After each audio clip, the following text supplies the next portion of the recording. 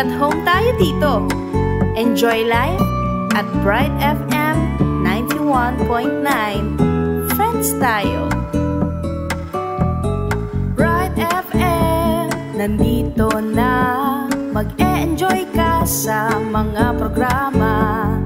Good vibes ang musikang taglay. Pagkakaibigan ang inaalay. Kabalen, halika na. Sa bright light sumama. Isang paniniwala. Sa Diyos nagtitiwala. 91.9 Bright FM 91.9. Friends tayo. Enjoy life. Friends tayo. Enjoy bright. Friends tayo. Enjoy bright. Friends tayo. Enjoy life. Friends tayo. Enjoy life. Friends tayo. Enjoy bright. Friends tayo. Bright FM. Friends tayo. Sa 91.9 Friends tayo. 91.9 Bright FM 91.9 Friends tayo. 91.9 Bright FM 91.9 Bright FM Friends tayo. Huwag nang magduda sa iyong kakayahan. Kaya mo yan, kaibigan. Kung kinaya nila, kakayanin mo rin. Dahil believe kami sa iyo. Tuloy po kayo at makipagkwentuhan dito sa Kaya Mo To.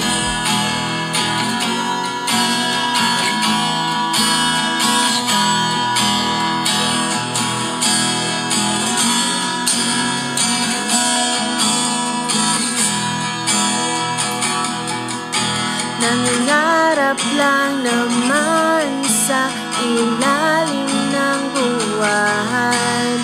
Sabik makamit mga pangarap na inaasahan. Gigising sa umaga, umagang kay ganda. Nagsusumikap marating ang hinaharap. Bilib ako sa'yo pagkat kaya mo to. Bilib ako sa'yo pagkat kaya mo to. Bilib ako sa'yo pagkat kaya mo to. Bilib ako sa'yo pagkat kaya mo to. Kaya mo to. Kaya mo to. Kaya mo to.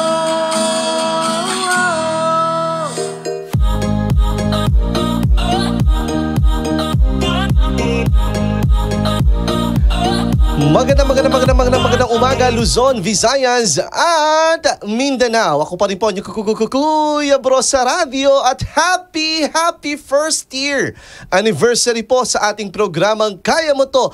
1 taon na! Ang bilis po, parang kailan lamang po tayo ay nagsisimula sa ating programa at ang hangarin lang naman po ng ating programa ay magbigay po ng inspirasyon at motibasyon sa bawat kapampangang Fernandino at Fernandina at mga kapampangan success stories dito po sa ating lalawigang Kapampangan at saan man po tayo naaabot sa buong Central Luzon at sa buong mundo. Tayo po ay napapanood ng live sa ating pong different online social media platform. Alam niyo po, napakapalad po natin dahil kanina napakinggan niyo na po ang special launching ng ating pong official theme song ng Kaya Mo To. Tayo po nagpapasalamat sa Songwriters Kabalen Community na pinangungunaan po, yan po ay composed and arranged by Miss Michi Uy na naging din po nating panauhin dito sa Kaya Mo To. We are now opening the season 2 at back-to-back po ang ating mga panauhin ngayong araw na ito. Talagang bigatin po kasi first year anniversary, makakasama po natin at kasama po natin ngayon ang first woman mayor ng siyudad ng San Fernando at mamaya naman po ang tinaguri ang first Asian millionaire, young millionaire dito sa ating bansa na nagpasikat po ng Kangkong Chips Original. So ating pong first segment ay makakasama po natin, I think kilalang-kilala po natin ang bawat Fernandino sa kanya pong slogan na Fernandino ka, kayabe ka. Ating na pong i-welcome at wag na po natin patagalin pa ang ating pong pinakamamahal na mayora, the first woman mayor ng siyudad ng San Fernando na tinaguri ang Home of the Giant Lanterns. Ang ating pong pinakamamahal na mayora, ang ina ng siyudad ng San Fernando is Her Honorable Mayor Vilma Caluwag. Mayora, welcome po sa aming programa. Magandang umaga po sa inyong lahat at happy anniversary Ay, thank you po po, Mayora. Baka naman. Mayora, kamusta po? Kamusta po ang inyong unang taon na panunungkulan bilang Mayora? It's been 1 year na po. Ang bilis po ng panahon. Correct. Pero okay lang po. Masaya po tayo dahil kahit papano marami po tayong na-deliver, marami po tayong nagawa sa mga kabalen natin. Correct. At ano po masasabi ninyo, Mayora, na kayo po ay kinilala bilang kauna-unahang babaeng mayora ng siyudad ng San Fernando? Well, overwhelming syempre, no, and at the same time very challenging kasi syempre yung mga Fernandinos o ibang mga nakakakilala sa sa San Fernando, no. Syempre nag-aabang sila na ano kaya ang gagawin ng isang babae sa San Fernando dahil first time na nagkaroon ng alkalde na babae dito sa syudad. Correct. So very challenging siya. At sa tulong ng Diyos, nakapag-deliver tayo ng maraming significant na tayong nagawa dito sa siyudad ng San Fernando na nagmarka talaga. Ano sa po mga ito? kabalen natin. Especially yung unang report nyo po during your first 100 years sa munisipyo ng San Fernando. Kung marireview ko lamang po, yung kauna-unahan po nating hemodialysis center dito sa siyudad ng San Fernando. Bakit ito po yung prioridad ninyo? Lalo na kayo, sa pamilya ninyo, ay kilala po kayo sa inyong business owning a big hospital here in San Fernando. Oo, kasi parang yung pagdadialysis po ngayon para sa parang buong mundo, second na siya sa pinakamaraming cases na nagpapadialysis. So nakita natin na talagang napakahirap lalo na kung mahirap ka talaga. So hindi mo talaga maa-afford yung pagpapagamot doon kasi lifetime na siya Correct. Lifetime na siya. So, minsan parang walang hustisya dahil kung wala kang pera, talagang mamamatay ka na lang. So, sabi ko, kailangan magkaroon ng dialysis center dito sa atin na libre para sa mga less fortunate natin na may ganong karamdaman. Bakit ganun po kalapit sa inyo ang mga taong may karamdaman at naging emotional pa kayo nung mag-open itong hemodialysis center na ito? Nung kasing panahon po, nung nagkakampanya tayo, meron tayong pinuntahan na namatay. So tapos biglang-bigla, nung pumunta ako doon, sabi sa akin nung anak, sabi niya, Mayor, sabi niya, alam niyo ba yung tatay ko, sabi niya, isang araw, sabi niya, kasi hindi na po talaga namin kayang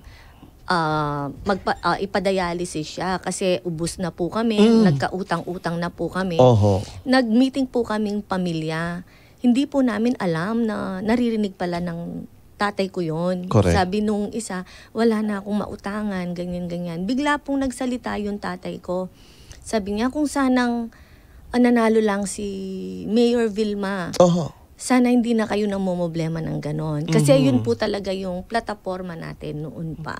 So yun, parang naiyak ako sa ganun. Kaya Kasi kung alkalde ka, magagawa mo yun. Yung ganun. So yun, pinagkalooban tayo ng Diyos, nanalo tayo. Kaya yun ang unang ginawa talaga natin. Madaming nagsabi, suntok sa buwan daw, yung mga programa natin, paano magagawa yan, libreng hospitalization sa mga senior citizen, libreng chemotherapy sa mga cancer patient na less fortunate, tapos libreng dialysis, paano niya magagawa yun? So, naging challenge sa akin yun. So yun, in just 100 days na napagawa natin yun, nakapagbigay tayo ng congratulations po, Mayora. So nakakaiyak dyan, pag nagpupunta ako sa dialysis center natin, pag pumapasyal ako doon, umiiyak yung mga relatives. Tapos sabi niya, nagpapasalamat sila na thank you very much po, Mayora, kasi dinugtungan niyo po yung buhay ng asawa ko, dinugtungan niyo po yung buhay ng tatay ko, yung mga ganun mga nakakaiyak na serye po, ano? Oo, yun yung mga priceless sa pagod natin talaga. Yun ang walang, talaga, priceless siya. Kasi imagine, no, gusto mo lang gawin yon dahil gusto mong makatulong, pero napakalaking bagay pala sa pamilya. Correct. Pero paano nyo po tinatanggap yung mapagbabatikos sa inyo ng ibang tao? Sanay na po tayo sa ganyan. Kasi po, pag ayaw ka talaga ng isang tao, kahit anong gawin mong maganda, pangit pa rin sa kanila. Well, at tayo naman po yung piniplease natin yung mga pangangailangan ng tao Kasi wala kasing makapaniwala na napagawa natin yung dialysis center na nising kunduling walang ginastos yung city.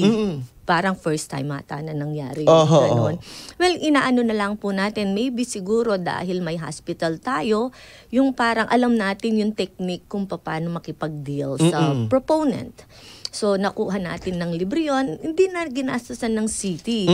So, yung popondo dapat para doon, ilalagay natin sa iba. Ilalagak natin sa iba, dun nga sa mga less fortunate natin na senior citizen na nagkakasakit, na wala talagang pera, at saka sa mga cancer patient natin na less fortunate na hindi kayang magpa-chemo. Meron po bang chance na magkaroon din ng sariling ospital ang San Fernando, hopefully? Kasi parang naging lax din tayo kasi nga nandito ang regional hospital ng JBL. Pero may pangarap din po ba si Mayora na sana balang araw ay magkaroon din ang San Fernando ng kanyang sariling ospital? Opo, kasi dahil yun po yung medyo forte natin, kasi sa pag-aaral ko po ngayon, andyan po yung JBL natin, pero marami pa rin pong hindi na-accommodate at nagsisiksikan po talaga dyan. Maybe because dahil buong region yung hawak niya, hindi lang po San Fernando. So yun, kakailanganin po talaga na. Isa po sa mga na-highlight sa inyong panunungkulan, ito pong talagang tumaas na singil sa kuryente ng Espelapco dito sa San Fernando. At talagang umaray po ang bawat Fernandino at Fernandina. Ano po ang update na maibibigay ninyo sa kanila? Kasi parang hanggang ngayon ay medyo may kataasan pa rin at umaaray po ang bawat Fernandino at Fernandina. Ay, nasikaso po natin yan, no? The moment na pinuntahan po tayo ng may-ari ng Espelapco at sinabihan na magtataas tayo at magtataas sila at nagpapatulong sila sa atin, agad po tayong sumagot na hindi natin sila matutulungan i-disseminate yung information na yon dahil unang-una tayong tututol. Which we did. Ginawa natin yon. So, lumapit po tayo sa tamang ahensya, which is yung ERC. Yes. Napagtagumpayan po natin yon in just 6 months, Mm-hmm. including MR ng Espelapco. So, na-deny. So, in just 6 months, tapos na po yung usapin sa ERC at nanalo po tayo. Executory na po yun na pinagmumulta yung Espelapco at pinagre-refund ng 654 million at 1.7 billion. So, yun, nung pong nagmarcha tayo, nakilahok po tayo sa prayer rally, nung 28 din ng gabi, July 28 din ng gabi, nagpunta po sa atin, kinausap po tayo ni Mr. Rene Romero, isa po sa mga director ng Pampanga Chamber of Commerce. Yes. So tapos sabi po niya sa akin na gusto daw po akong makausap ni Tito Babes Lasatin na may-ari ng Esfelapco. So sabi ko, ay ang gandang balita po niyan. Yun po yung panawagan natin na magkausap kami para po naman sa mga Fernandinos. So yon, pinaunlakan po natin yon at nagpunta po sila ng July 29 sa Heroes Hall sa opisina po natin. So yon, nakipag-usap po sa akin si Tito Babes Lasatin and supposed to be, iaano ko po yon, sasabihin ko na po yun sa soka natin, no? Kaso sabi po ni Tito Babes, hindi muna kasi premature pa naman talaga yung usapin namin. So sabi ko po kay Tito Babes, pag-isipan po nilang mabuti. In fact, nung July 29, nagre-repack po kami ng mga relief goods. Yung ng bigas pala. Tapos sabi ni Tito Babes, gusto daw nilang magbigay ng 100 kaban na bigas.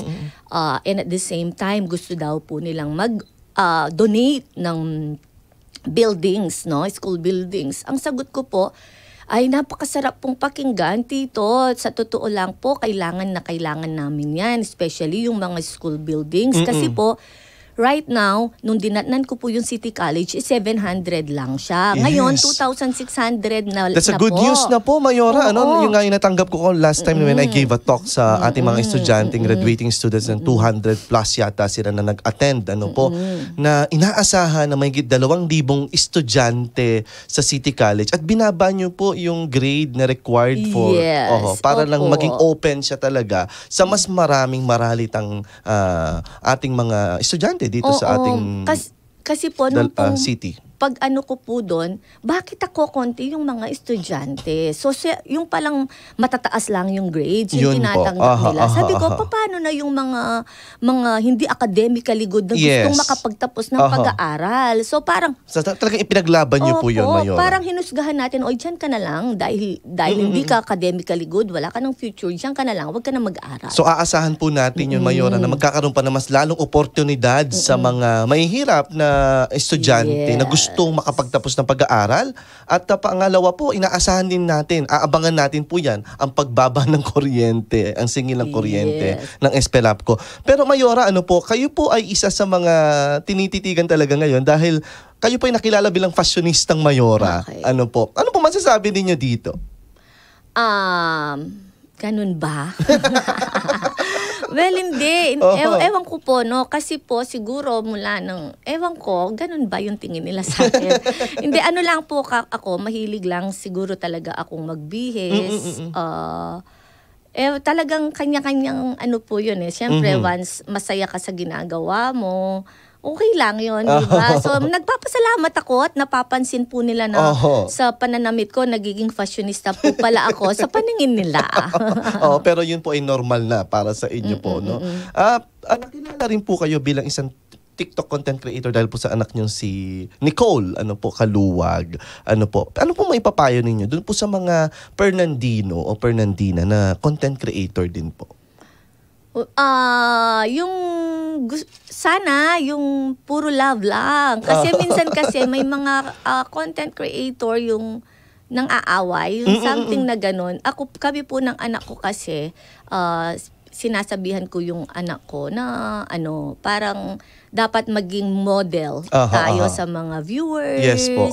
Yung gagayahin tayo sa maganda, hindi dun sa pangit, ganon. So, kanya-kanya po kasi talagang estilo no? Kami naman po kasi ni Nicole, at especially ako, kung ano lang po yung pwede kong ma-share sa mga tao, ganon lang. Yun.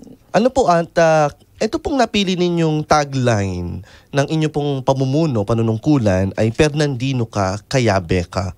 Ano po? Inaasahan po ba natin na mas lalo magiging inklusibo ang mga programa sa bawat Fernandino? Ay opo, lahat po ng Fernandinos kailangan kasali dito. Kahit anong departamento pa yan, kahit anong organization pa yan, kailangan po silang kasali because Fernandino sila. At isa po sa mga mainit na talagang binitawan ninyo nung inyo pong speech ng first 100 years nyo po. 100 days, sorry. 100 years. 100 days sa munisipyo ay yung sinabi nyo po na susugpuin ko ang anumang korupsyon at lilinisin ko ang city government ng San Fernando. Ano na pong update dito, Mayora? Opo, yan.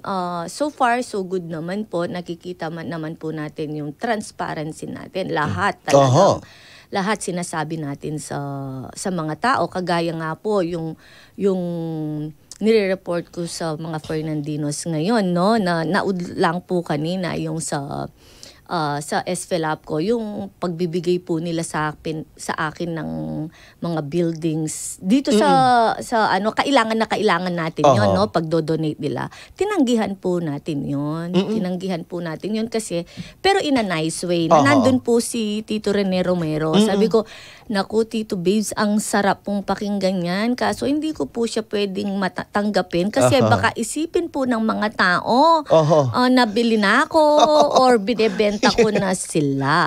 So yun, doble ingat po talaga kayo sa mga ganon. Kaya nga po hindi ako nakipagkita sa labas at pinili ko pong sa opisina kami mag-usap para in case na may makakita man, official yun yung pag-visit niya. No?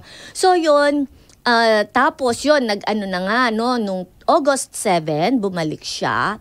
Tapos sinabi niya 450 million lang yung pwede nilang bayaran dun sa 654 million. Sabi ko, hindi po pwede, Tito, kasi po hindi naman po tayo nagdidesisyon dyan kundi yung ARC. Pero hindi po pwedeng bawasan kahit 5 kasi pag binawasan niyo po yan kahit 1 million lang, sasabihin po ng mga tao sa akin na punta. Sabi ko, wag naman po ganyan, Tito. So yun, tapos nga merong usapin dun sa 1.7 billion. Siyempre po, nakita na rin yun, hindi po pwedeng hindi ibigay at ang ARC ang magdidictate noon. So yun po, sinasabi nila na hindi naman daw sila yung nakatanggap, pinastro lang nila sa generation. So yun, ang pinag-usapan po namin, para mabilis lang po tayo, na ibibigay na yung 654 million sa tatlong buwan, tapos balit 30% po yung mababawas sa mga bawat bahay nun, magaan na yun, di ba? Sa loob ng 3 buwan. So yun, tapos yung 1.7 billion paglalabanan sa Court of Appeals. Ayan. So parang ano na kami, okay na kami. Yes, in principle, okay na. So tapos, sasabihin niya daw po sa board. Tapos nung Monday, nalungkot ako kasi na-COVID si Tito Babes, hindi siya nakarating sa office at pinapunta lang niya si Kuya Erwin. So tapos, nag-video call kami. So sinabi niya yung malungkot na balita na hindi raw na-approve ng board. So yon, so labanan na naman. Mahaba pa po ito, Mayora. No? Kulang po talaga yung oras natin. At sana po ay maging platform nyo po ang radyo dahil kami po ay nandito sa inyong syudad. At kami po ang radyo ng mga bawat Fernandino po. Pero ano po yung mapapayo ninyo sa mga bawat Fernandino at Fernandina ngayon sa inyong pong administrasyon? Ano po yung mga aasahan nilang programa po ninyo na kaabang-abang at saan po nila pwedeng mapanood din po ang mga updates po sa ating syudad San Fernando? Alam niyo po mga ka-Fernandinos, no, kailangan po natin na magkaroon ng disiplina, no? Disiplina po ang kailangan. Tulungan niyo lang po ako doon. Kasi isa po kasi sa mga programa natin ang pagsolusyon sa lubog natin at sa traffic. Yun po kasi yung damang-dama ngayon ng mga tao. Good thing nga na hindi tayo nilubog, no, kagaya ng ibang bayan. Dahil lagi nating nililinis yung mga ilog natin. Pero sana po disiplina lang po. Wag po tayong magtapon ng basura sa mga ilog natin. At syempre po, sumunod po tayo sa mga tuntunin ng batas natin, batas trapiko, para po mabawas-bawasan naman yung traffic. So sa mga Fernandinos po, nananawagan po ako at humihingi ng pasensya kung ano po yung traffic natin ngayon dito sa San Fernando dahil po maraming pinapagawang kalsada. Kaya hindi po muna natin mararamdaman yung pagluwag ng trapiko hanggat hindi po natatapos yung mga kalsadang ginagawa nila. At syempre, iaano ko na rin po ng opportunity ito na para manawagan din po sa DPWH. DPWH, please po, yung pong mga traffic lights namin, 1 taon na po ako mahigit nagpa-follow up sa inyo kasi po akala ng mga Fernandinos sa amin po siya. Oho. Please po, gawin niyo na po. Ayan po ang tinig at kasama po natin presensya in flesh ang ating pong pinakamamahal na Mayora na isa katuparan din po ang pangarap ng 91.9 Bright FM na dumalo po kayo sa aming himpilan. Maraming salamat po sa maikling oras, Mayora. Pero sana po ay magkaroon pa po ito ng mga ilang pan-chance na makabisita po kayo dito upang nasa ganun po ay marinig po ng ating mga Fernandino ang mga updates po natin. Magbasa lang po ako ng ilang mga comments. Ofelia Villaruz, we are proud to be here in DWBL 91.9 Bright FM. Honorable Mayor Bill Macaluwag. Grace Somera, happy first anniversary. Brother Romy, good morning, Mayor Bill Macaluwag. At sa another guest, Marieta De Jesus, good morning po, Brother Romy. And especially to our beloved Mayor, good job po dito sa St. Jude Phase 3. Maraming salamat din po kay Sir Joby na naging daan po para sa ating imbitasyon dito sa ating himpilan. Maraming salamat po, Mayora. Congratulations and thank you po. Anniversary Ipagdasal niyo po kami na maging inspirasyon pa rin po kami sa bawat Fernandino. Opo. Maraming salamat po. At tayo po'y magbabalik mamaya upang papasukin naman ang ating pong pangalawang guest na taga Mendez, Cavite, ang nagpasikat ng Kangkong Chips Original. Bye-bye po. Picture lang po, Mayora. 1, 2, 3, washes sa Ariel 3P. Super tipid, 650, kada laba. 1, 2, 3, washes ang Ariel 3P. Super galing, maglinis, tanggal mancha. Ariel Tipid, 650 kada laba. Pili na! Lab tested on Choco Drink and Mud Soil on cotton and polyester. Results may vary. Ariel Tipid. Mas tipid na up to 3 times washes. 6 pesos and 50 centavos kada laba. Maluwag pa. Sige, pasok lang. 10 yan, 10. Kasya pa, kaya yan. 20 yan na. Kunting usog pa. 30 na. Kahit umuulan, siksikan ng bango ang damit with Downy Antibac Kontra Kulob by 4-in-1 Kulob Solution with 4 anti-kulob ingredients. Kaya may bangong sun-dried freshness. Kahit... Dikit-dikit pa. O yung mga pantalon dyan, konting usog para magkasya yung mga brief. Bangong sun-dried freshness kahit dikit-dikit. With Downy Antibac Kontra Kulob.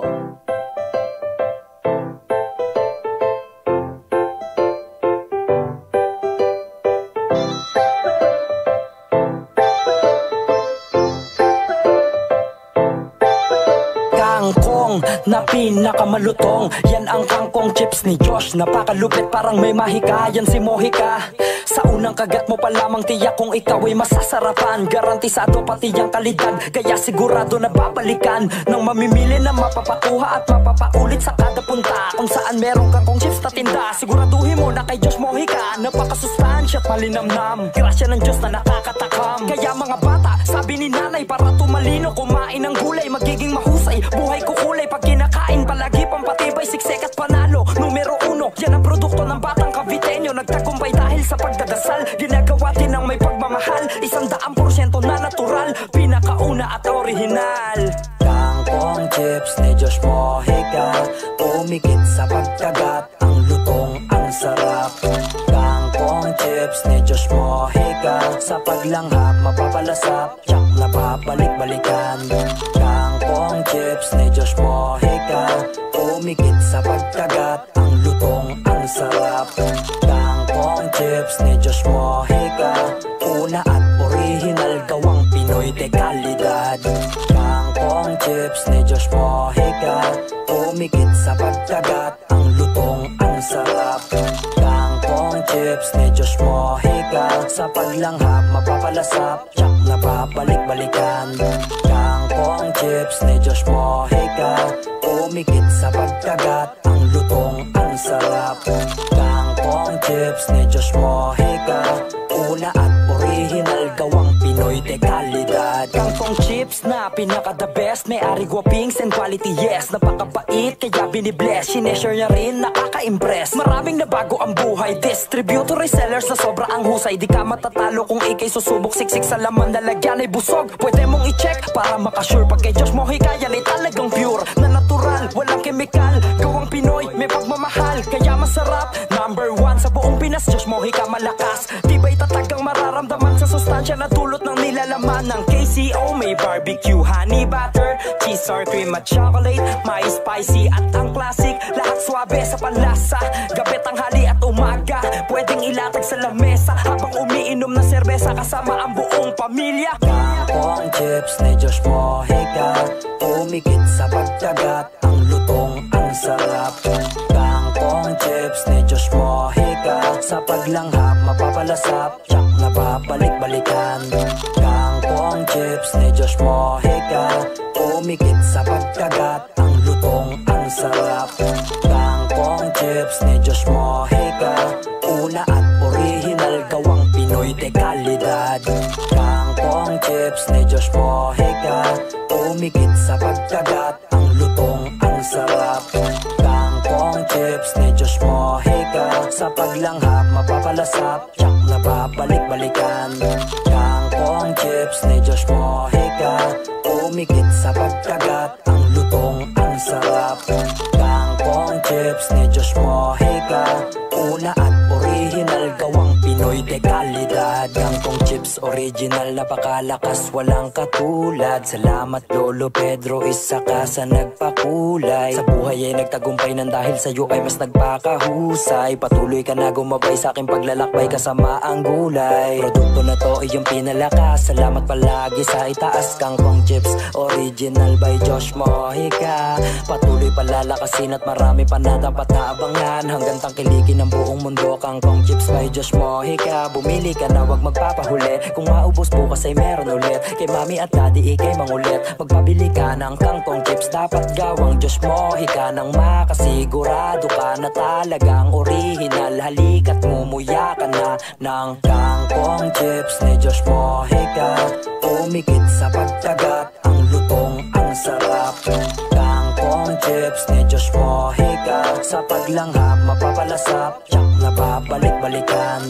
Kangkong chips ni Josh Mojica, umikit sa pagdagat, ang lutong ang sarap.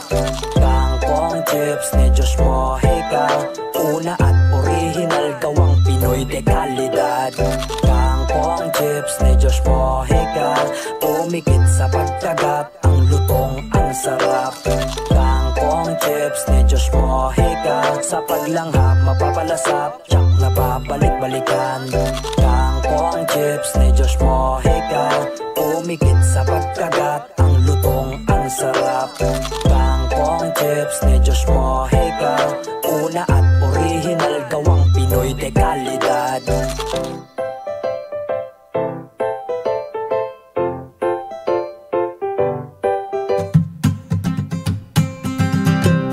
To brighten up your day, tune in to DWBL 91.9 Bright FM, the Archdiocesan radio station of San Fernando, Pampanga. This is Michi Uy of Songwriters Kabalen Community, Kakaluguran, Makiramdam.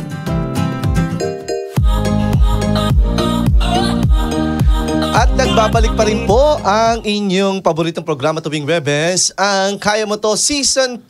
Happy first year anniversary, Kaya Mo To. At happy anniversary po sa atin. Ako pa rin po yung Kuya Bro sa radio, Brother Romeo po ito. At dumako na po tayo sa ating segment na hashtag Kinaya Niya. Mga ka-KMT, may kasabihan na huwag mong hayaan na ikaw ay pulutin sa kangkungan. Pero ang ating bisita ay nagpatunay na walang masama na mamulot ng kangkong upang mapagkakitaan. Di ba po? Dahil ang sa kangkong, siya ngayon ay tinagurian ng one of the teen millionaire in Asia. Yes, not just in the Philippines but in Asia. Siya lang naman ang nagpasikat ng namamayagpag na kangkong chips original na nandito po sa ating harapan ngayon. Iba't iba pong flavors na nakakabilib dahil po sa iba't iba nitong innovations at flavors. Ngayon, ang naipinagdiriwang natin ng ating programa ang ating unang taong anibersaryo ay nakatataba po ng puso na siya ang ating bisita dahil isa siyang halimbawa ng mga kabataan ngayon. Help me welcome in our program ang tinaguriang Kangkong King ng Mendez, Cavite, Mr. Josh Jello Mojica. Welcome sa ating programa. Welcome po. Thank you so much po for having me here. First of all po, of course, I want to thank 91.9 Bright FM for having me here. I'm so glad to be here and I'm excited na makipagkwentuhan po sa inyo and of course sa mga listeners natin dyan. And also, I wanna say hi to my family, my friends, my mentor, Sir Carl Kion. Taga dito din siya sa Pampanga. So, si Taragis din. Sir Frank Mendoza and Sir Chester, and of course, everyone who worked with me. So, happy anniversary 91.9. At welcome sa siyudad ng San Fernando. Tinagurian itong home of the Giant Lanterns and the Culinary Center of the Philippines. Josh, anong edad? Bago yon.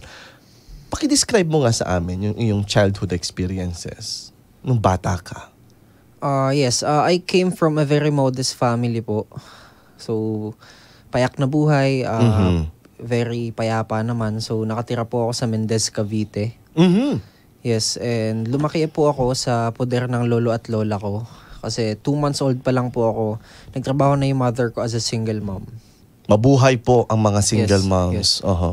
So, yun po. And then, nandun lang po ako. And then, hanggang sa nag-elementary, nag-high school.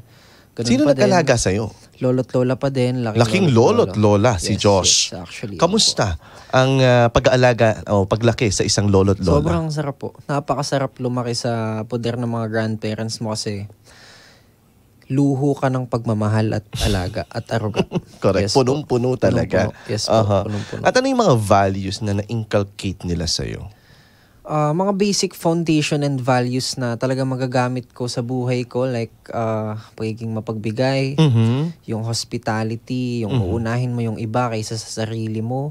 Totoo yan sa mga lolo't lola. Matuto kang gumalang, of course, kung paano ka makipag-usap sa matatanda, and at an early stage talagang puro matatanda na po yung kausap ko. So, na-build din talaga yung communication skills ko sa kanila. Kasi, kaya ganun din ba nahubog yung mentality ni Josh na at the very young age, matured na siya mag-isip?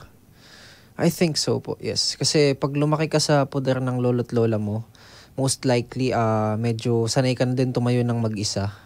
Kasi wala ka namang parents na talagang tutok. Diba? So, yun po. Pero uhaw din ba si Josh sa presensya ng kanyang mom and dad? Lalo na single mom, si mommy. So, nagtatrabaho talaga siya para ma-provide yung mga needs ninyo. Kamusta yung relasyon mo with your mom? Yes. Yung relationship ko po with my mother is okay naman. Pero as years, nung medyo tumanda-tanda na ako, ganyan. Very naging tough love po sa akin si mama actually. Super tough love. Stricta, ganyan. Tapos parang medyo nagkakaroon ako ng sama ng loob sa kanya. Pero naiintindihan mo siya kasi may pinanggagalingan yun, Josh, diba? Yes. Ang initial ko po doon na reaction ay, siguro sabi ko sa akin, siguro nabubuhos ni mama yung dreams and frustrations niya sa life. Kasi alam ko nasaktan to dati. Alam ko nasaktan tong mama ko dati at iniwan siya dati ng tatay ko na hindi ko kilala, hindi ko alam apelyido, hindi ko alam itsura, hindi ko alam kung sino siya. So yun, alam ko po na nasaktan siya and tingin ko para mabago lang yun, there has to be a way para magbago yung pananaw niya sa akin. Na hindi na niya ako pagalitan, hindi na niya ako isipin na tamad ako, etc.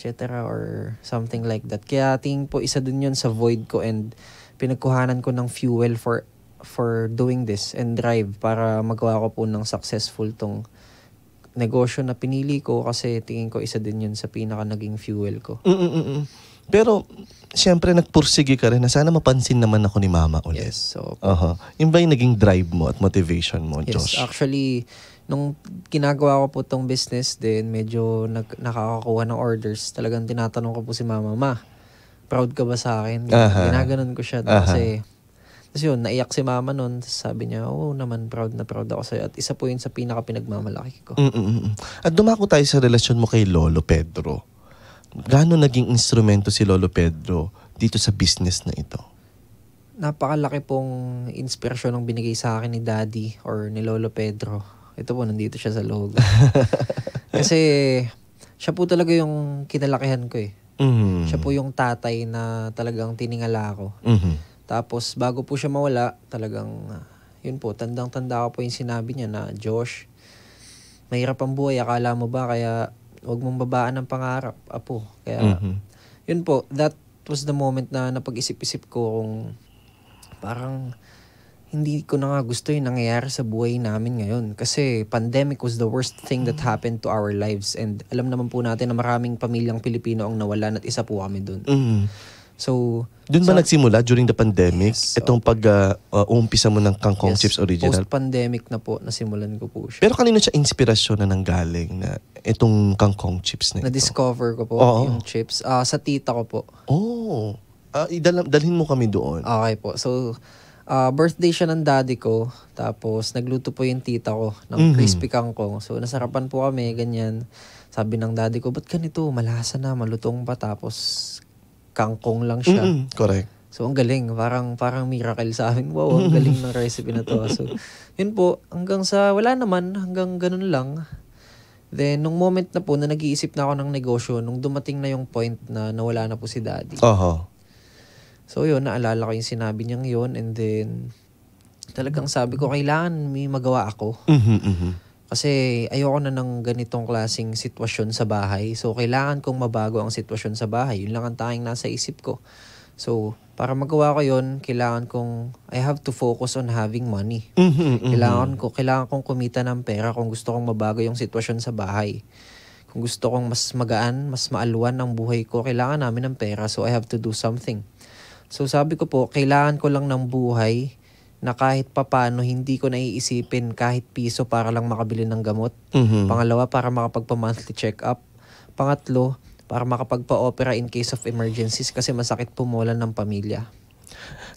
Habang nakikinig ako sa'yo, Josh, etong mga problemang ito na binabanggit mo, parang hindi pa ito yung tumatatak sa isip ng mga 16 years old noong time na yun, na mga kabataan ngayon. Kumbaga, ang mentalidad nila ngayon ay talagang happy-go-lucky lang, no? They just rely doon sa bibigay ng magulang. Pero ikaw, gusto mo makaalpas pa doon. Yeah. At yun yung naging motivasyon mo. Opo. At mula noon, ano yung, magkano yung unang naging puhunan mo sa negosyong ito?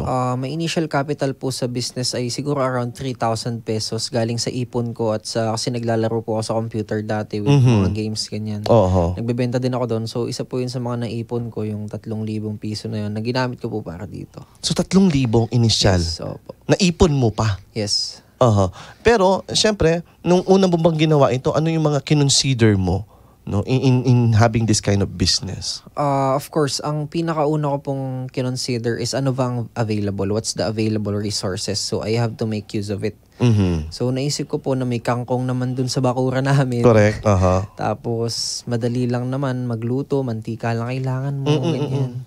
So, yun po. Nag-start po talaga ako. Pero I started it really professional kasi ginawan ko po siya agad ng brand. Hindi ako basta lang nagluto tapos nagbenta ng wala lang, ganyan. Talagang nag-photoshoot po ako, gumawa ako ng logo, nag-video ako, and all that. Tapos yun po, I started it really professional kasi tingin ko, isa din po yun sa naging asset ko kasi mahilig po ako sa multimedia. So kumbaga bago mo sinuungan itong negosyong ito, you're into multimedia na? Yes, opo. I do photos, videos, and editing po.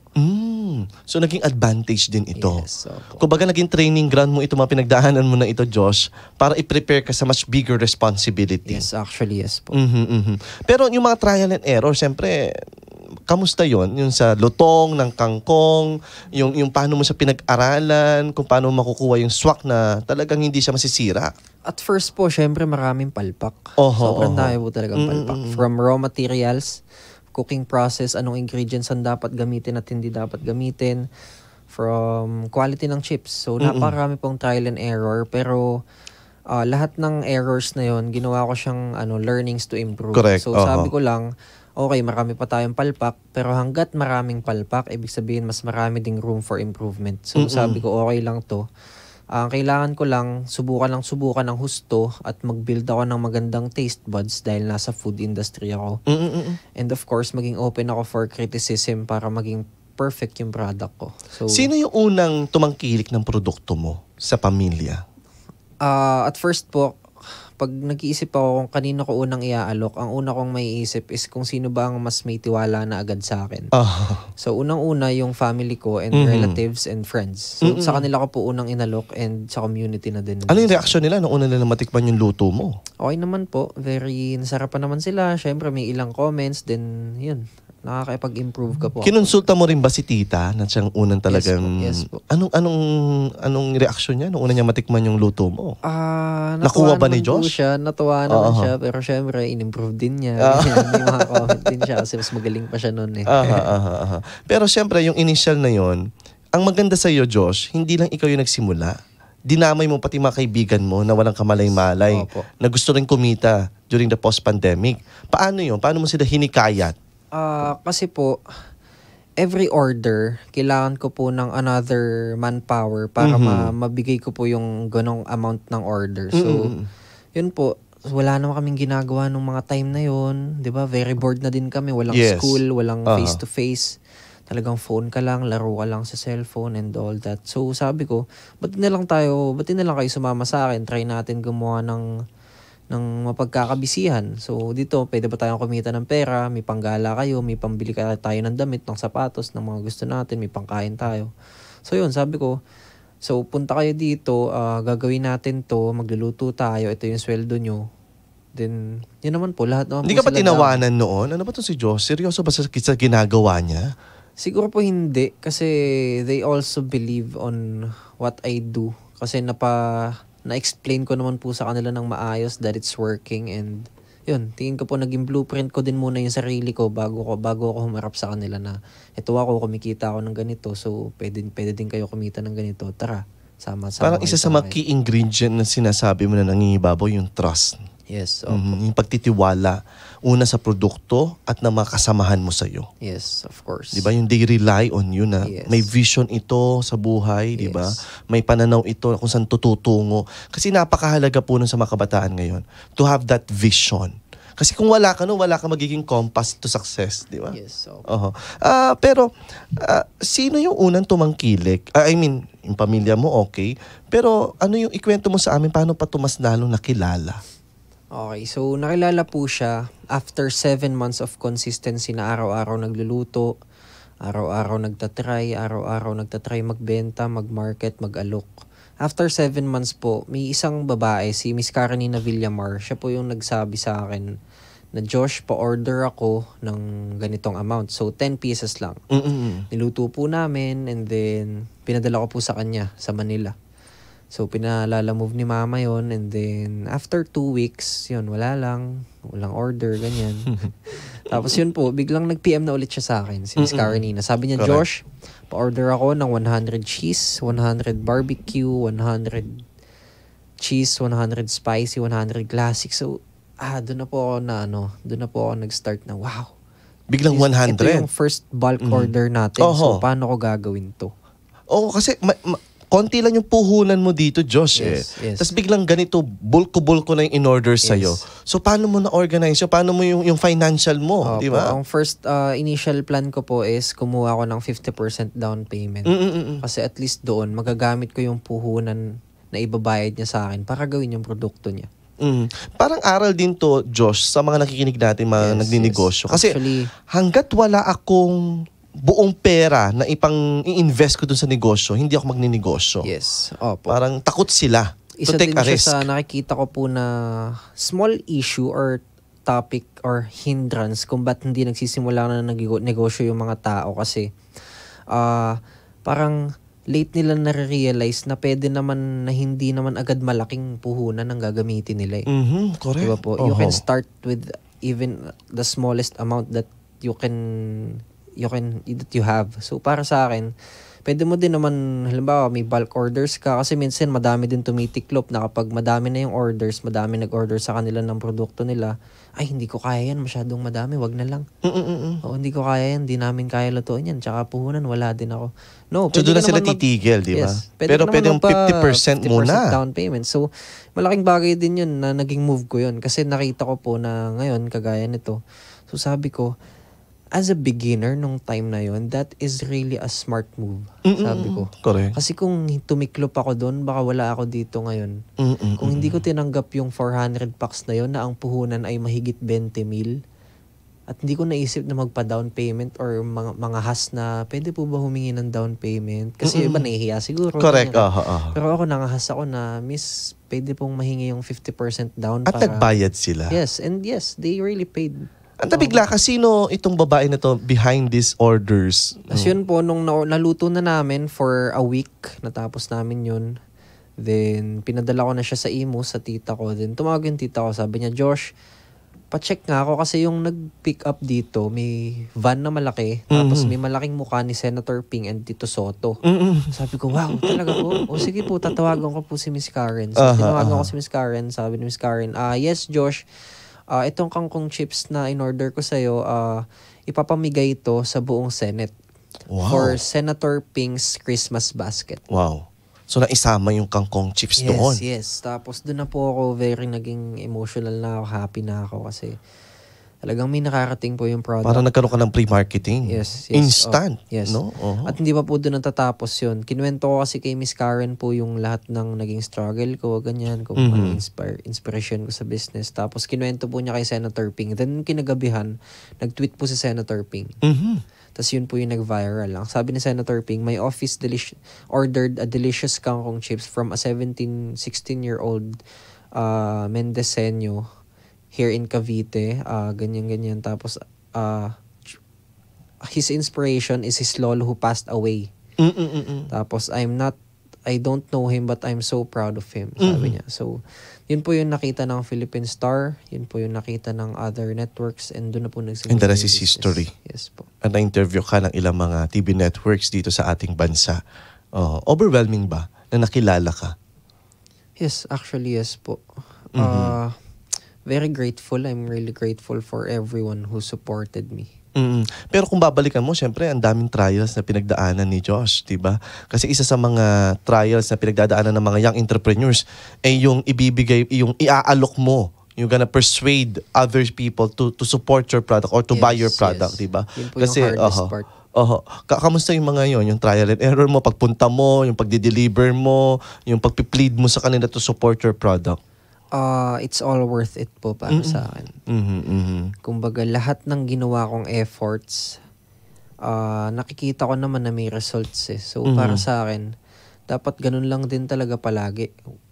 Dapat magkaroon tayo ng sense na on ourselves na you trade your efforts for money. So, gawin mo lang ng gawin, galingan mo, you do it with excellence, then kung mas malalang effort yung binibigay mo, ibig sabihin mas malaking balik din yung babalik sa'yo.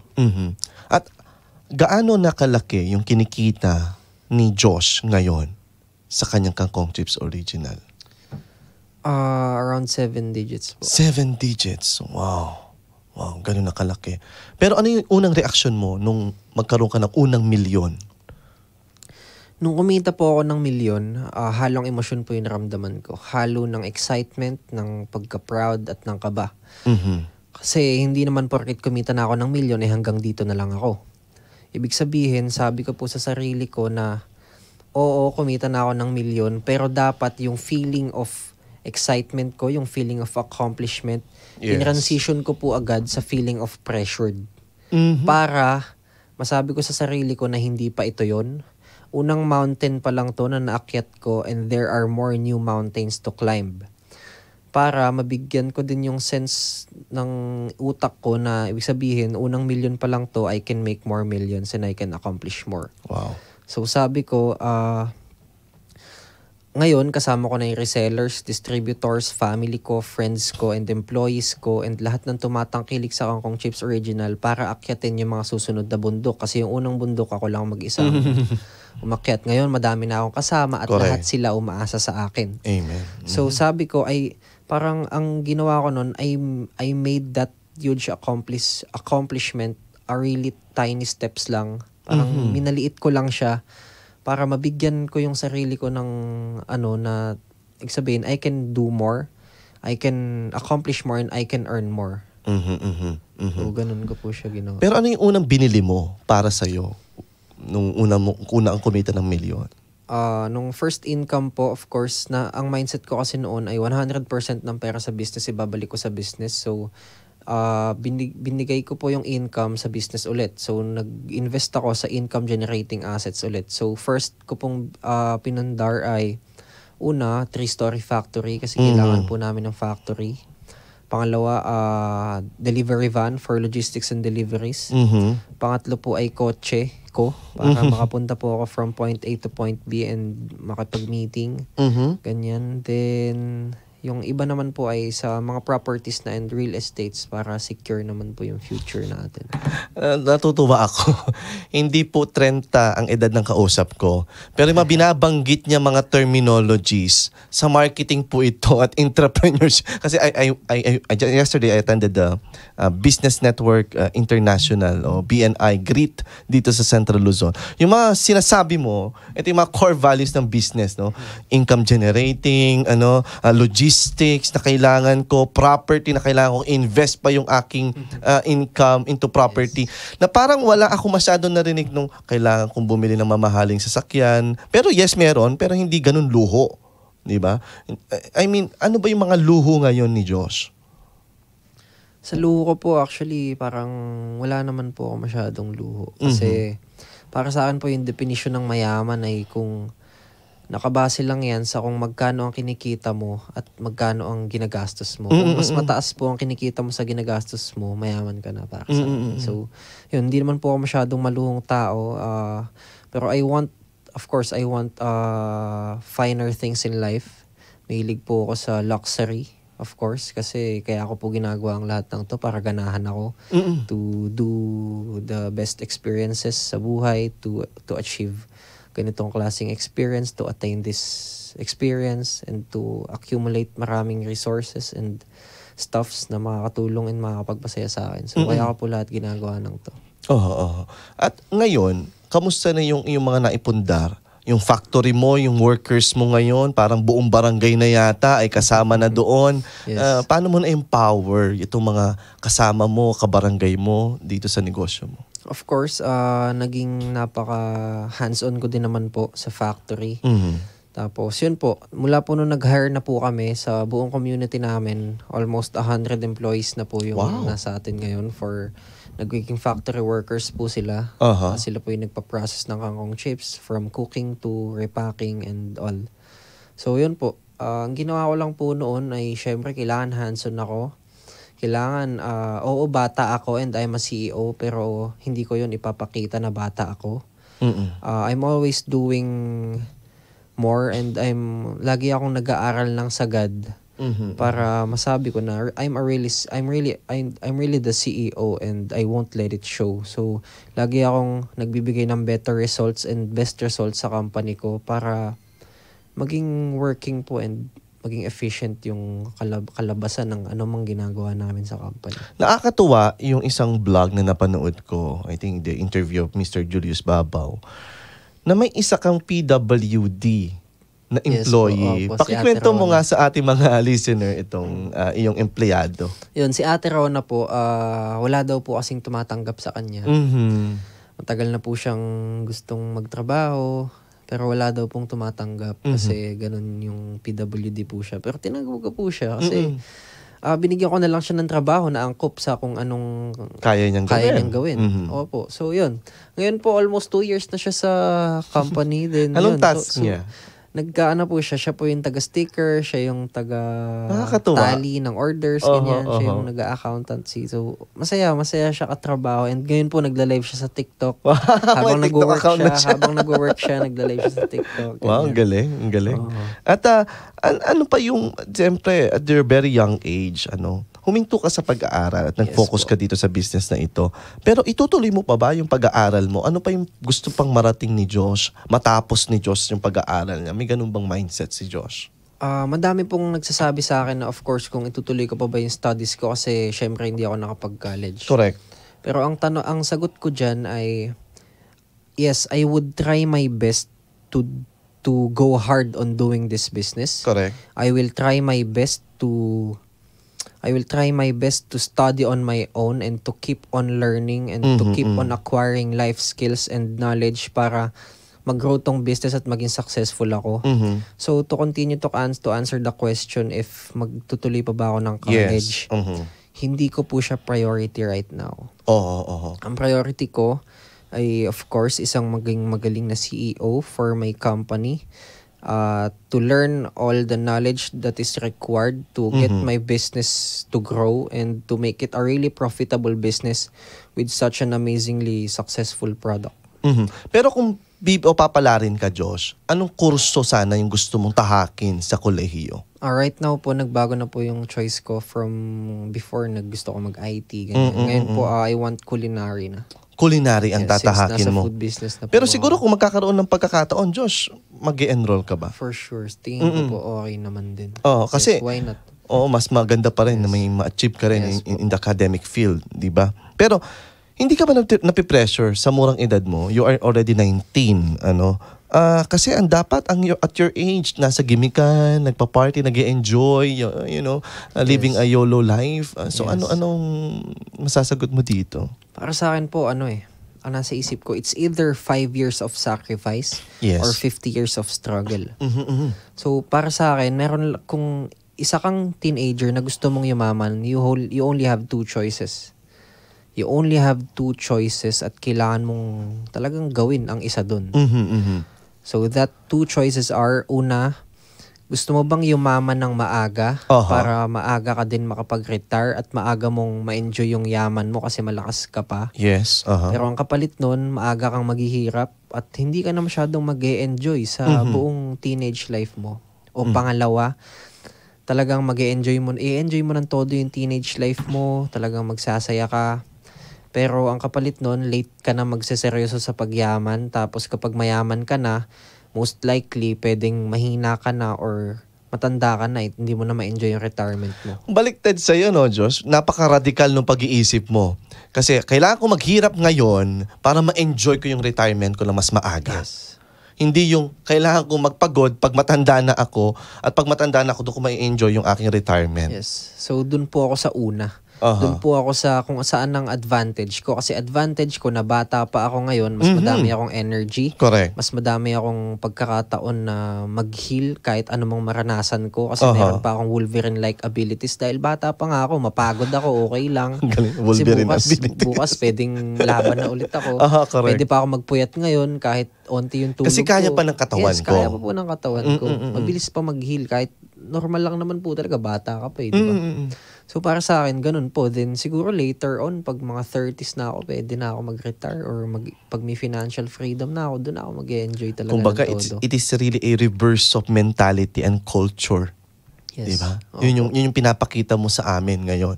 At nagsisilbing inspirasyon ka sa amin. I'm already 29, no? Pero, ano yung mga reaksyon o ano yung reaksyon ng nanay mo nung lumaki-laki na yung negosyo? Ano yung, siyempre, hindi ba siya namangha sa'yo? Ano ba yung sinabi niya sa'yo na naging proud ba si mama sa'yo? Kasi parang yun yung hinahanap din na word ni Josh. Yes, oo naman po. Super happy si mama kasi imagine after 17 years of working bilang single mom, hanggang sa nakakilala siya yung naging stepfather ko. 17 years siya nagtatrabaho and araw-araw tingin ko ganun lang yung naging buhay niya. Ganun. Parang hindi nga siya super happy. So ngayon po, super happy na siya kasi syempre nagkaroon siya ng opportunity na mabago yung buhay niya at makatikim ng masaganang buhay. So pinag-resign ko po siya. Siya na so full-time na siya sa'yo? Siya na po yung nag-handle ng finances ko. Then, anong pakiramdam na empleyado mo yung nanay mo? Masaya po, of diba? course. Pero mahirap po at una kasi yun talaga yung parang pinaka-culture sa Pilipinas na mahirap magkaroon ng negosyo tapos kasama mo ay mga pamilya mo. Pero isa yun sa tough decisions ko pero very grateful pa din ako kasi nakokontrol namin and namamanage namin ng maganda. So pag usapang business, medyo isinasantabi namin ang feelings at emosyon para hindi magkagulo. Wow. So isa po yun sa rule na sinet ko kasi alam mo na, bata ako, matanda sila. So, medyo may tendency magka-ano. Pero yes po. Sa loob ng business, no emotions. Lahat ng decision namin ay logically driven only to improve the business and the business itself. Panganay ka ba? Yes po. Ilan pa ang sumunod sa'yo? May stepsister po ako. Si 4 years old po, si Tanya. So ito, naghahantay pa talaga. Yes po. At naghihintay rin ng suporta sa'yo. Yes po. Pero, Josh, ano yung mensahe mo kay mama? Sigurado nanonood siya ngayon. Yes, sure siya yung po. ka-contact ko, ka-text ko eh. Pero ano yung mensahe mo sa kanya? Ano yung gusto mong sabihin sa kanya? Ito na yung anak na pinalaki mo. Yan. Tingin ka sa camera para... Super happy ako sa nangyayari sa life natin, and I'm really thankful and grateful kasi talagang ginawa mo ang lahat para lumaki ako ng maayos, and binigay mo sa akin yung values na kinailangan ko para sa tatahakin kong buhay. And ngayon, I'm super proud of you kasi talagang nag-change na po kasi siya. Galing siya sa employee mentality. Kaya, tama. Galing siya sa parang very little thinker si mama dati. Ngayon po, sobrang bright niya, ang talino na niya, ang open-minded na niya. And talagang nag-excel po siya sa business. To share you something, yung term na global. Ano po yun? Thinking global, but you are local. Yes. Ang galing nung sinare kahapon, no, sa BNI. No? You're thinking global kasi yung ating mindset should be outside the Philippines eh. Kung ano yung takbo dyan sa mga first world countries, but you are having a business locally. Yes. Diba? Napakaganda nun. Kasi yung mindset natin is, empleyado lang ako. Hanggang sa ikamamatay ko, empleyado lang ako. Yes. Pero sa'yo, you should be thinking more na maging CEO at business owner. Yes, diba? kasi para sa akin po, kung gusto mong yumaman, check mo yung mga mas mayayaman sa'yo. What are they doing? So they do 3 things. Una, they don't trade their time for money. Pangalawa, they make their money work for them.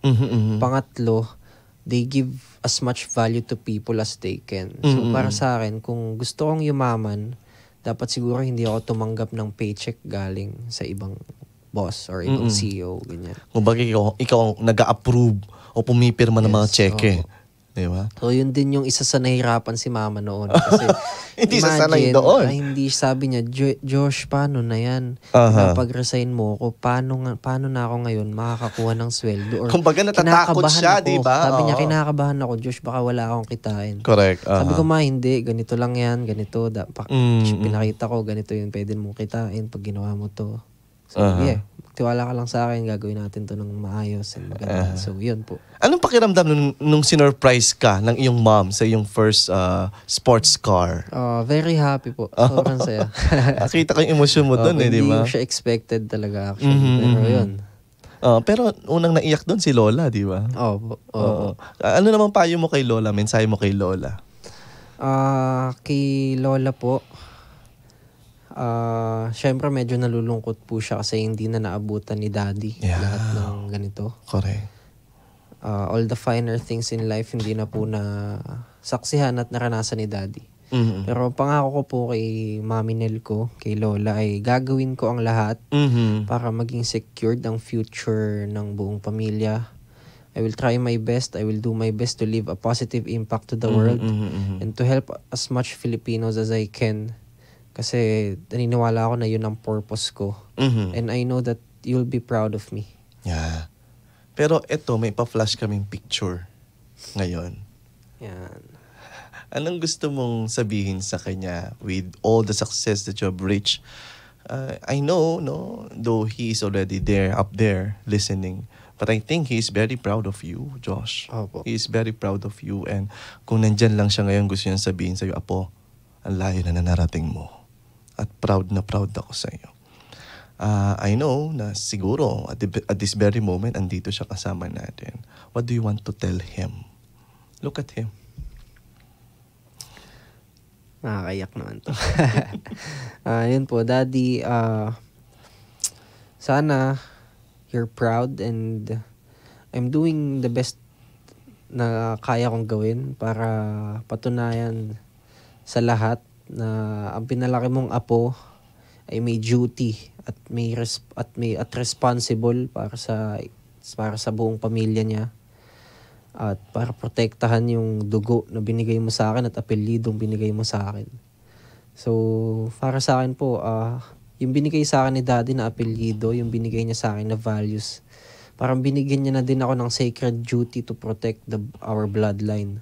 Para mabigyan ko ng kahulugan yung mohika na binigay niya sa akin. So kapag walang-wala po ako, kapag nasa baba ako, kapag nasa rock bottom ako ng buhay ko, ang tanging meron lang ako ay ang daddy ko at ang apelyidong binigay niya sa akin. Kaya ngayon po lagi ko siyang inspirasyon kahit araw-araw. Hindi siya nawawala sa isip ko dahil isa siya talaga sa bumuo sa akin. So Daddy, mahal na mahal kita and panoorin mo lang magbago lalo yung buhay natin at makatulong pa tayo sa mas maraming tao. Thank you. Thank you, Lolo Pedro. Dahil hindi ka, mission accomplished ka sa iyong apo. At talagang nagsumikap din siya para sa pangarap ng inyong pamilya.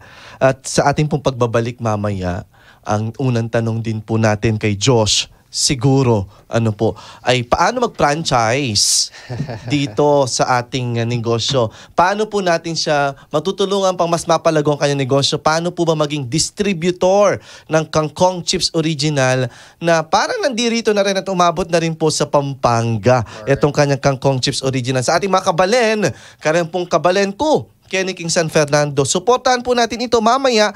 Malalaman po natin kung paano po mag-franchise, saan po ba pwedeng ilagay o ipwesto, ilugar itong mga kangkong chips na ito.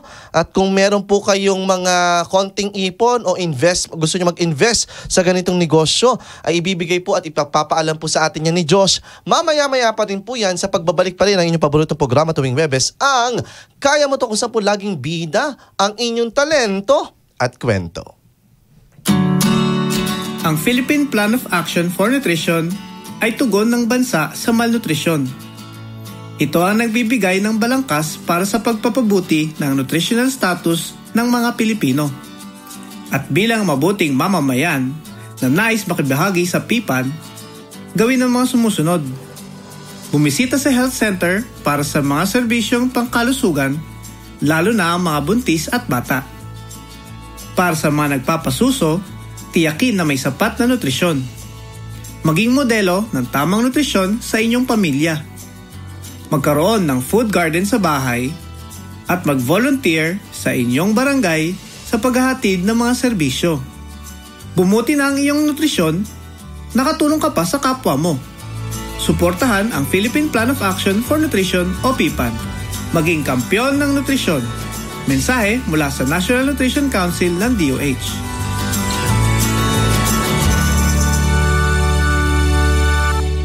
Biglang sumakit ang tagiliran ko. May bato daw ako sa kidney. Di ko matiis ang sakit. Subukan ko daw ang Kidney Care. May epekto siya sa akin. Nawala na yung sakit sa tagiliran ko at nawala na ang UTI ko. Salamat sa Kidney Care. You care, we care. Kidney Care.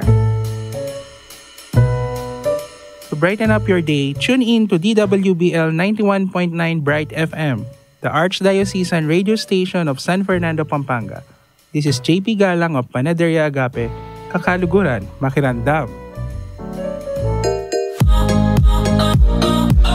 At muli pa rin po nagbabalik ang inyong paboritong programa na nagse-celebrate ngayon ng first year anniversary, ang Kaya Mo To. Kung kinaya nila, kakayanin mo rin kasi bilib na bilib kami sa iyo. Ako pa rin po ang Kuya Bro sa radio, Brother Romeo po ito. At kasama ko pa rin po ang ating bisita, ang nagpasikat po ng Kangkong Chips Original, Mr. Josh Mojica ng Mendez, Cavite. At dumako na po tayo sa ating segment na hashtag Kakayanin Mo Rin. Pinatunayan ng ating bisita na wala sa murang edad ang tagumpay at upang makamit ito ay kailangang ituon ang iyong buong puso at lakas dito. Josh, maliban sa pagiging isang successful young entrepreneur, wala ka na bang gusto pang tahakin maliban dito? For now po, wala pa po akong nakikita kasi para sa akin, kapag naramdaman mo po yung feeling and sensation ng pagiging negosyante, na nakakapag-generate ka ng income, not just for yourself, but for your family at para sa mga taong nakapaligid sa'yo. And isa pa na nakakatulong ka sa maraming tao na kumita din ng pera at magkaroon sila ng kaginawaan sa buhay. Yes. Parang dun ka po talaga, dun na ma-feed yung emotions mo eh. Talagang masasabik ka na gawin yun ng gawin at mahahanap mo dun yung purpose mo. So para sa akin, nahanap ko na po yung purpose ko sa pagtulong sa maraming tao at pagsi-scale up ng mga businesses ng mga tao. So, yeah. Ano may papayo mo naman sa mga kabataan katulad mo na gusto rin, hopefully, no, maging successful into the field of business industry? Ang mapapayo ko sa lahat ng kabataan na gusto din maging successful sa buhay, kahit na hindi nasa business, kasi hindi ko pwede sabihin na lahat tayo magnegosyo kasi Correct. hindi naman lahat built para maging isang negosyante. Mhm. Pero kung may isa kang gustong gawin sa buhay mo, you have to make sure that you really excel. Kailangan maging magaling ka sa kung saan ka man kasi mako-convert mo lang yung gusto mong gawin sa pera kung ikaw na yung pinakamagaling dun sa larangan na yun. Ganun ko po siya tingnan. So, para sa akin, pataasin mo yung skill level mo. Mag-aral ka ng todo, magsipag ka ng todo for you to have a really great at really talagang malaking skill na mako-convert mo sa cash. And of course, ang isa pa, change your mindset. Change your mindset and watch how your life changes. Ayan. Tapos, isa pa, sa struggle naman tayo, I think dapat lalo na sa mga struggling dyan, lalo na sa mga katulad kong teenager na nakakaramdam ng depression, na nakakaramdam ng stress, na nakakaramdam ng lungkot sa bahay. Tandaan nyo, lalo na sa mga lalaki dyan, men suffer at yun ang pinakamahalagang bagay na pwedeng mangyari sa atin. Kasi yun ang makakapagpabago sa atin. Talagang one huge struggle can change our mentality forever. So para sa akin, huwag niyong tatakasan yung struggles, huwag niyong tatakasan yung sufferings, huwag niyong tatakasan yung pain. Kung may absent man sa pamilya mo, wala kang tatay, wala kang nanay, huwag mo tatakasan yan, namnamin mo yung pain. At dalin mo yan sa mabuti. Paano? Oo, may pain, oo, may struggle, oo, may sufferings. Pero tandaan mo na fuel mo yan, fuel and energy mo yan para gawin mo ang lahat ng bagay ng magaling and better than anybody else. So para sa akin, kagaya ko wala akong tatay, oo, pero buti na lang wala akong tatay. Bakit? Kasi yung pain and absence niya, dinala ko sa mabuting energy para gawin ko ang sarili kong mas matikas, gawin ko ang sarili kong mas malakas, mas masipag, at siguro mas maayos na lalaki kaysa sa tatay ko. So I'm thankful that he left me. Kasi iniwan mo ako kaya ako naging ganito. Iniwan mo ako kaya ako ginawa to. So iniwan mo ako kaya ako binuhat din yung pamilya ko. At siyempre magkakaroon ka rin ng sariling pamilya, Josh. Sa palagay mo ba ay makakatulong itong mga napagdaanan mong ito para maging mas mabuting ama para sa iyong mga future children? At kung may pagkakataon, Josh, may kumatok sa pintuan at si daddy mo pala, si papa mo yun, paano mo ma-approach yun? Na gusto niyang bumalik, magpakilala sa'yo? I think okay na po siguro yun na makilala ko lang siguro siya or makita ko siya. Pero yung makasama ko pa siya, hindi na po siguro. For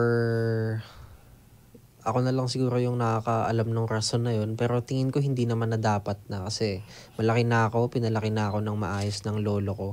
Then siguro masasabi ko na din na ngayon kaya ko na magsarili. So hindi na ako para umasa pa sa kanya or something. So tingin ko po, oo siguro matatanggap kita, nandiyan ka lang. Pero hindi na ako para pakisamahan ka kasi unang-una, you left me. And yun po yung pinakamalaking pagkakamali na ginawa niya. How is your relationship with your stepdad? Very okay po. Super close po kami ni dad, ni papa. Pero paano yung financial? Siyempre, nagkakaroon niya ng hatian. Paano ba yung na-organize with your family, with your mom, sa akin and po your stepdad? nakapangalan lahat ng assets. Pero yung finances po, yung mother ko po yung nag-aasikaso talaga. So hands-on talaga si mami. Siya yung naghahawak ng finances, bangko ko, bangko niya din. Yun, ganun lang po. At syempre, alam nyo, isa rin bumibenta siguro sa market, lalo na pag gwapo yung yung entrepreneur, di ba? Ang dami na natin naging artistahing mga negosyante. Sabi nga kahapon dun sa aming BNI meeting, hindi lahat ng mga negosyante nag-aartista. Yung iba nasa negosyo. Ayan. Josh, ang katanungan ng ating mga listeners siguro, single pa ba si Josh Mojica o may pinaglalaanan na ng kanyang puso? No, hindi na po single. Ayun, ang lungkot naman. Para nabawasan yata yung viewers natin, Jel. So, meron na. Yes, 3 years na po kami. Saan kayo nagkakilala? Cavite rin? Yes po. So, ever since the very beginning, kasama ko na po siya. How was it? Very supportive ba siya sa yung tinatahak na landas? Very supportive and very submissive girl. Pero ano pa yung binabalak ninyo in the future? Siya na ba talaga? Yes, for sure po siguro. Dapat lang kasi siya yung nakasama ko from the very start. So, siya din dapat yung kasama ko sa templo. At ano mensahe mo sa kanya? Baka nanonood siya ngayon. Hello, galingan mo sa school. Ayan, nag-aaral. Anong course yung kinukuha niya? Nag-business, po siya, administration. Talagang tandem. Marketing. Tandem. Parang pinaghahandaan talaga yung future life ninyong magdalawa. At may pagkakataon pa ba? May time pa ba na magkita? At least bebe time? Mga gano'n? Bihira lang po. Bihira. Pero we make sure na pag nagkita kami, productive pa din. So, parehas naman po kami. Ganun talaga yung naging mindset namin na as early as possible talagang we are taking care of our future. Siyempre, ikaw ay nagiging mukha na rin sa telebisyon, sa ilang mga radyo na i-interview ka. May chance ba na pasukin din ni Josh ang pag-aartista? Hindi ko po sigurado. Siguro pag kinuha ko ng Wag na tayo mag-mention, no? Ito po, available. Alam mo bang Kapampangan ang isa sa mga nakadiskubre sa nag-iisang Coco Martin? Talaga po. Oo, si Sir Ferdy Lapuz ng Angeles City. Oo, very close sila. Malay mo, mapansin ka ni Sir... Ito po, Sir Lapuz. Hello po. Lagi daw po siya sa Pampanga di ba? Siguro, panghuli din, Josh, ano yung iyong paboritong Bible verse that keeps you going? Ang paborito ko pong Bible verse, Kawikaan 13:4, ang taong tamad ay hindi makukuha ang kanyang hinahangad at ang taong masipag ay magkakaroon ng higit pa sa kanyang hinahangad. Wow. Because I believe that universe is utterly giving. Naniniwala po ako na kapag binigay mo ang lahat, kapag ginawa mo ang lahat at may dedikasyon ka para magtagumpay, ay magtatagumpay ka. Wala pa akong nakikitang tao na nag-aral ng todo, nagsipag ng todo, binigay ang lahat at talagang nag-effort ng todo para magtagumpay na hindi nagtagumpay. Naniniwala po ako na ang mundo at ang Diyos ay napakamapagbigay at kapag gusto mo at talagang gusto mo at sinusubukan mo at hindi ka nagrereklamo sa proseso, makukuha mo ang lahat ng gusto mo. God has His own timing. God has His own timing. And we just need to cooperate with that. Sa mga nais naman po magpa-franchise, maging distributor, saan po sila pwedeng kumonek? Josh, pakikwento mo na sa ating mga kabalang Kapampangan. Alright. Sa lahat ng gustong mag-franchise at maging distributor ng Kangkong Chips Original by Josh Moica, pwede kayong pumunta sa website namin www.kangkongchipsoriginal.com.ph. Sa Facebook naman namin, Kangkong Chips Original by Josh Moica. Ang logo natin is KCO, short for Kangkong Chips Original. And sa lahat ng gustong mag-text o tumawag, mag-contact kayo sa 0917-155-1046. 0917-155-1046. May distributor na ba tayo dito sa Pampanga? Yes, may franchise po tayo sa Pampanga, I think.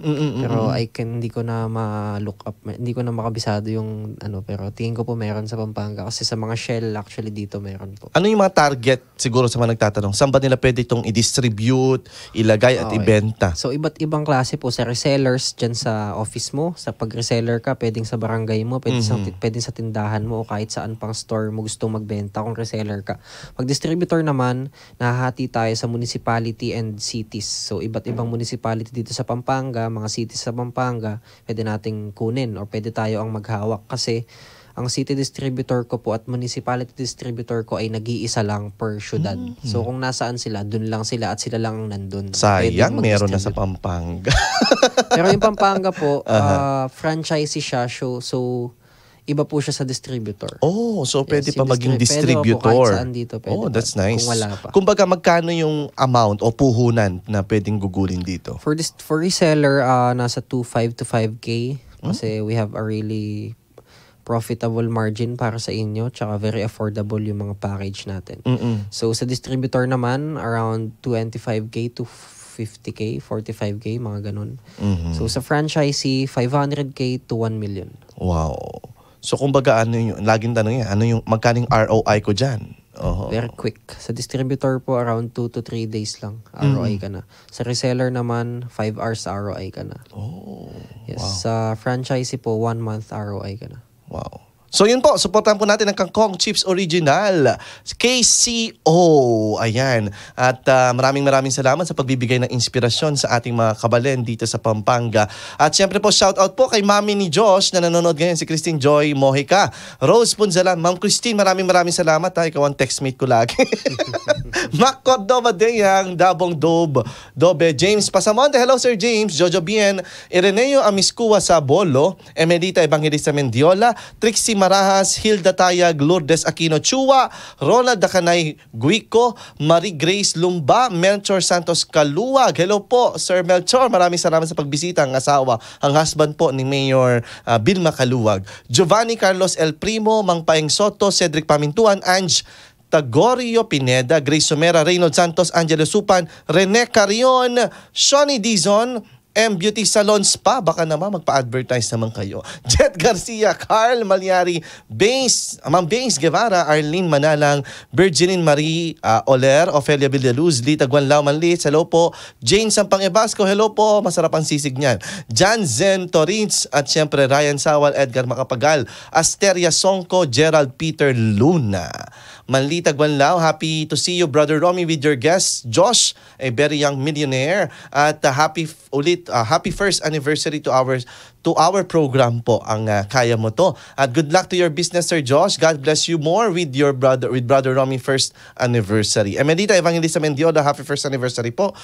Opelia Villaruz, welcome Sir Joshua dito sa DWBL 91.9 Bright FM. Maynard Pineda, happy first anniversary po. Kaya Mo To. Wow, very inspirational po yung success sa business niyo Brother Josh, kapag pagsisikap po talaga yung way para makamit po yung mga pangarap natin. God bless in your business po.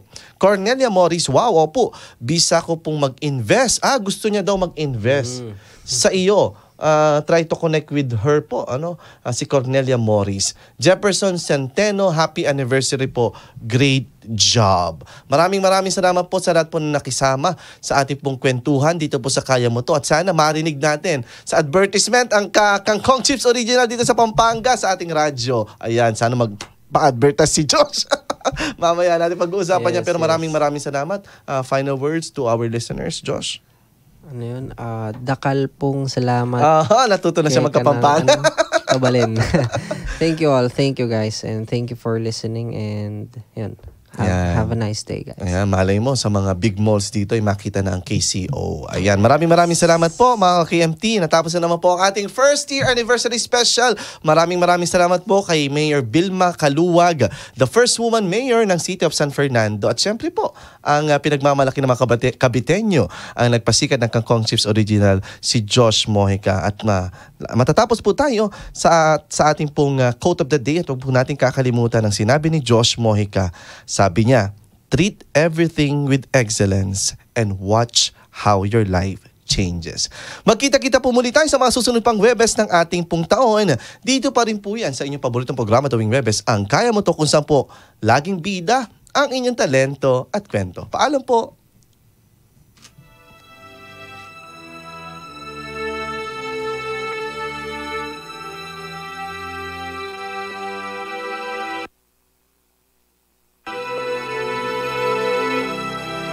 Sa mundo na laging may problema, bawat kilos ay napupuna. Di alam kung saan tutungo para makahinga. Ang tanging iniisip, Diyos na ang bahala. Bawat oras ay wag palagpasin, gawin ang tama't wag nating sayangin. Kung ikaw ay nangihina, pinsay gulong-gulo, wag mabahala at kasama mo ako. Wag mawalan ng gana, isipin ang pag-asa. Lahat tayo ay may kanya-kanyang problema. Wag kang magpapatalo, basta pa may sigurado. Makakabang ka basta wag kang susuko. Kaya mo Pilipino, hindi mo urungan kahit anong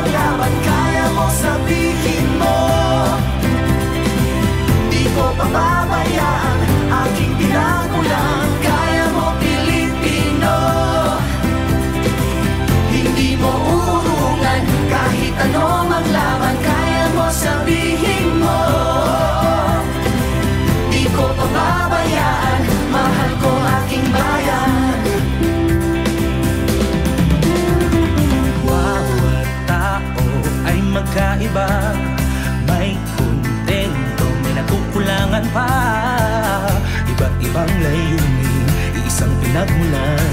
Sa huli pag-ibig ang mayroong kapangyarihan. Huwag mawala ng gana, isipin ang pag-asa. Lahat tayo ay may kanya-kanyang problema.